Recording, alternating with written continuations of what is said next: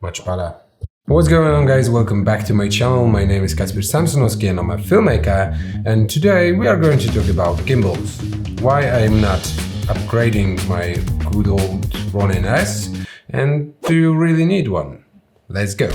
When I was starting out in 2020, I was convinced that I need a gimbal, because after watching tons of videos about filmmaking, almost every one of the creators were using it. Because my budget wasn't impressive, I bought Ronin-S. And that was a bummer. Because when I wanna put on it my Sony a7 III with Sigma Art 35mm, I can't.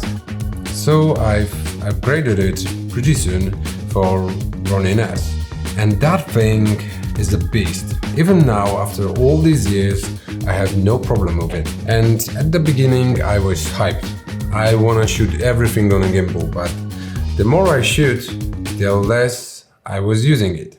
And there's a couple reasons why. First and foremost, it's not all-in-one universal filmmaking tool. It's a specific tool for specific shots. If you want to mimic a dolly, or when you wanna do an orbit shot, or you have to do a long walking shot, it comes in handy and it is perfect tool for it. But when you want to capture action, it's not that organic, which is the reason number two. Gimbal footage are too smooth, too perfect, which is not desirable in many situations. I think that with handheld movement you can show a lot more emotion and let the viewer dive into your story. And of course, in commercials, real estate videos, or even in wedding videos, we are using gimbals because there that smooth and perfect movement is needed. But on a day-to-day shoot, events, sports events and documentaries, we can sell better our story with handheld movement. And it's not only me, many cinematographers are talking about it, that you don't really need a gimbal, because we are humans, not chickens, so our world is shaky. And that kind of movement is more natural for us. And with handheld camera, you've got much more control over the movement. The camera becomes the part of your body. You can pan as quickly as your body, you can adjust the framing in the blink of an eye, and with that bands on a gimbal, it's a lot harder to do. And sometimes, unfortunately, it could cost us a good shot for our films. And time. Preparing the gimbal takes time. Even now with newer gimbals with locking mechanisms, you have to balance the camera, put all the cables in, and when you want to change the lens you have to redo this process once again. It all takes time. And many times when you are doing shoot for clients, you don't have that much time, you just need to go. And don't get me wrong, I'm not saying that you need to throw the gimbals away and don't use it at all. If your shot requires using it, use it. But you don't need to buy it, especially at the beginning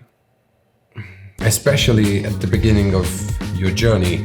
You can always rent it. It's not an essential tool in your backpack. And that's the reason number one why I'm not upgrading my gimbal. There's no need for it.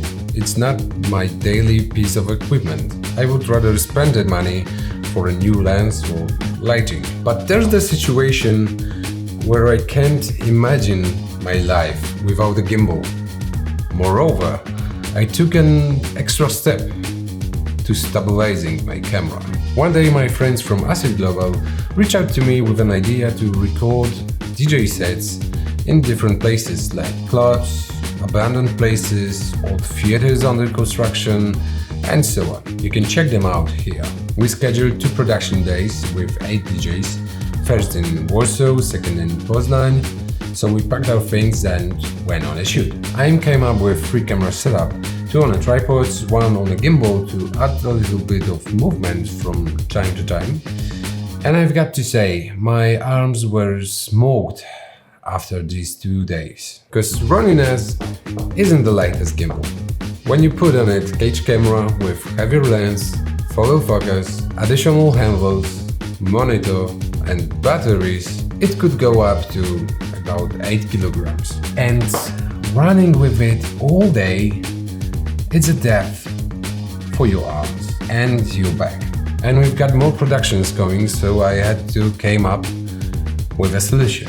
I found this adapter for Ronin-S, with which you can put it on Steadicam R, but I don't have one, and the new ones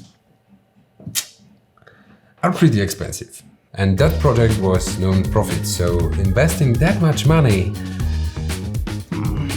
But luckily, I bought a Steadicam vest with an arm from retired wedding filmmaker for some couple bucks. And now my gimbal is even more specific thing than it was. 90% of the time when I'm using my gimbal, I'm using it with this setup. But it's on specific project when my one and only job is to do long blocking shots, because setting this thing up takes so much time. You need to unpack everything and set it on a tripod. Then you need to put your camera on a gimbal and balance it. Then balance the gimbal with counterweight on a stand. Attach monitor to a chest piece to control the framing, and follow focus controller on a handle. Put everything on, and finally you're ready to go. But with this, I can run with my camera all day long. I used it on an ex-DJ shoot, but I also run with it for every broadcasted event for YouTube and television. And that's my second reason why I'm not upgrading. I've got a whole system for it. To wrap this all out, don't get hype over owning a gimbal. It's a cool tool, but it's not essential. Unless your production really need one and you are using it a lot, then buy one. That's it for today's video. I hope you enjoy. Thank you for being with me. Remember to hit that like button and subscribe, and see you in the next one.